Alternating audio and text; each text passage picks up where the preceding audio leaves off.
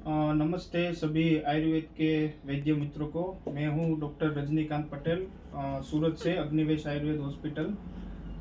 सबसे पहले मैं हार्दिक चंद्र भाई को बधाई देना चाहूँगा कि हर साल वो ये 5वां आयुर्वेद सम्मेलन आयोजन करते हैं और सभी यंग वैद्य मित्रों को उधर बुलाते हैं और एक्सपर्ट स्पीकर को बुला के उनका प्रोत्साहन करते हैं। और वैसे ही अभी 16 और 17 दिसंबर को उन्होंने महिवत 5वां आयुर्वेद सम्मेलन का आयोजन किया है, जो कि 8वां इसका आयोजन है। और बहुत खुशी की बात है कि हार्दिक चंद्र भाई और उनकी पूरी टीम हर साल ऐसा आयोजन करते हैं, इतना बिजी शेड्यूल होने के बाद भी युवा वैद्यों के लिए। तो मेरे को बताया गया कि कुछ ऐसा संदेश दिया जाए युवा वैद्य मित्रों को, जो कि उनको आगे भविष्य में आयुर्वेद चिकित्सा पद्धति का इस्तेमाल करके विश्व का कल्याण हो सके। तो मेरा एक ही पॉइंट पे ज़्यादा भार रहेगा कि मैं आजकल जो देख रहा हूँ कि आयुर्वेद जो हमको पूरी दुनिया में या तो पूरे भारतवर्ष में ज़्यादातर दिखता है, वो एक्चुअली असली आयुर्वेद नहीं है, अब हम ऐसा बोल सकते हैं। क्योंकि आयुर्वेद को मूल स्वरूप से उसका प्रैक्टिस में हमको उपयोग करना चाहिए। मैं एक दो उदाहरण देके आपको थोड़ा समय में समझाने की कोशिश करूँगा।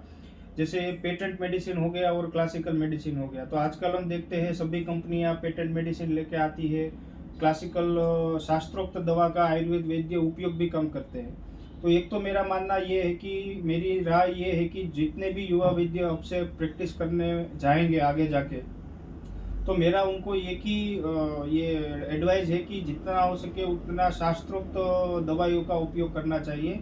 क्योंकि कहीं ना कहीं कुछ तो उसमें छुपा है, तभी आचार्य ने शास्त्रोक्त दवाई का वर्णन किया है, नहीं कि पेटेंट हमको यूज करना चाहिए। मैं ऐसा भी नहीं बोल रहा हूँ कि हमको 100% शास्त्रोक्त मेडिसिन ही यूज करना चाहिए, कुछ पेटेंट मेडिसिन हम भी यूज करते हैं।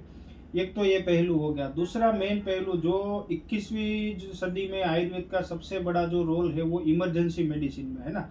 क्योंकि हम सब ने देखा कि कोरोना है, म्यूकरमाइकोसिस है, उसमें ये जो आधुनिक चिकित्सा शास्त्र है वो हमको निष्फल होता हुआ दिखा।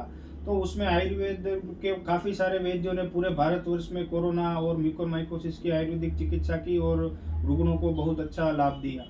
तो एक पहलू आयुर्वेद का है जो सबके दिमाग में है, लेकिन दूसरा पहलू जो आयुर्वेद का है जो अभी किसी ने छुआ नहीं है, और वो है इमरजेंसी वाला आयुर्वेद।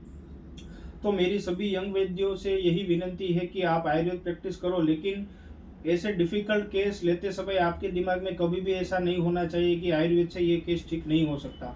हो सकता है दुनिया का 1% केस हम ठीक ना कर पाए, जिसके लिए आधुनिक चिकित्सा शास्त्र उपलब्ध है। लेकिन मेरा मानना ये है कि 99% दुनिया की जो बीमारी है, वो चाहे एक्यूट हो या क्रोनिक, आयुर्वेद से हम मैनेज कर सकते हैं, ठीक है। लेकिन अभी कॉलेज का एजुकेशन भी हमको थोड़ा वो लग रहा है कि कॉलेज में ऐसा सिखाया नहीं जाता और उल्टा सिखाया जाता है कि आयुर्वेद मतलब यही है आपका लिमिट, इससे आगे का बीमारी आपको ट्रीट नहीं करना है, आईसीयू लेवल के केस। तो ऐसा नहीं है। ऐसा मैंने काफ़ी पेशेंट्स हमारे प्रैक्टिस में आते हैं जिसको हम आईसीयू में वेंटिलेटर पे चिकित्सा देते हैं और काफ़ी अच्छे उनको रिजल्ट्स मिलते हैं। दूसरा, ये सब करने के लिए आपको शास्त्रों का अध्ययन मेरे हिसाब से बहुत जरूरी रहेगा। क्योंकि मॉडर्न साइंस जो है वो 5-6 महीने कोई रिसर्च करके कोई दवा मार्केट में लॉन्च करते हैं। हालांकि आयुर्वेद में हमारे ऋषि मुनियों ने हजारों साल तक काफ़ी सारे रुग्णों पर जो भी प्रयोग किया है उसका सार जो है वो संहिता में श्लोक स्वरूप में लिखा है। तो आयुर्वेद में आगे बढ़ने का सिर्फ एक ही उपाय है मेरे ख्याल से, शास्त्र का अध्ययन, संहिता का अध्ययन। और मैं ये कभी भी एडवाइस नहीं करूंगा कि संहिता को छोड़ के कोई और बुक को पढ़ना। जैसे कंपाइलेशन वर्क आजकल मार्केट में बहुत मिलते हैं कि 30 दिन में पंचकर्मा सीख जाओ, 20 दिन में ये सीख जाओ। तो मेरे ख्याल से ये नहीं होना चाहिए। मेरा ये राय है कि युवा वैद्य मित्रों को चरक संहिता है, सुश्रुत संहिता है, अष्टांग हृदय है, फिर आपका लघुत्रयी हो गया, भेषज रत्नावली, योग रत्नाकर, रस शास्त्र की काफ़ी शास्त्रोक्त बुक है।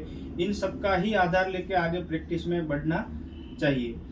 और मेन तो अभी जो 21वीं सदी का ये जो टाइम है वो आयुर्वेद के लिए बेस्ट है, ना कि भारतवर्ष में, बाकी पूरे विश्व में। क्योंकि आज पूरा विश्व कोई ना कोई बीमारियों से जूझ रहा है और उसकी चिकित्सा, आधुनिक चिकित्सा विज्ञान के पास नहीं है।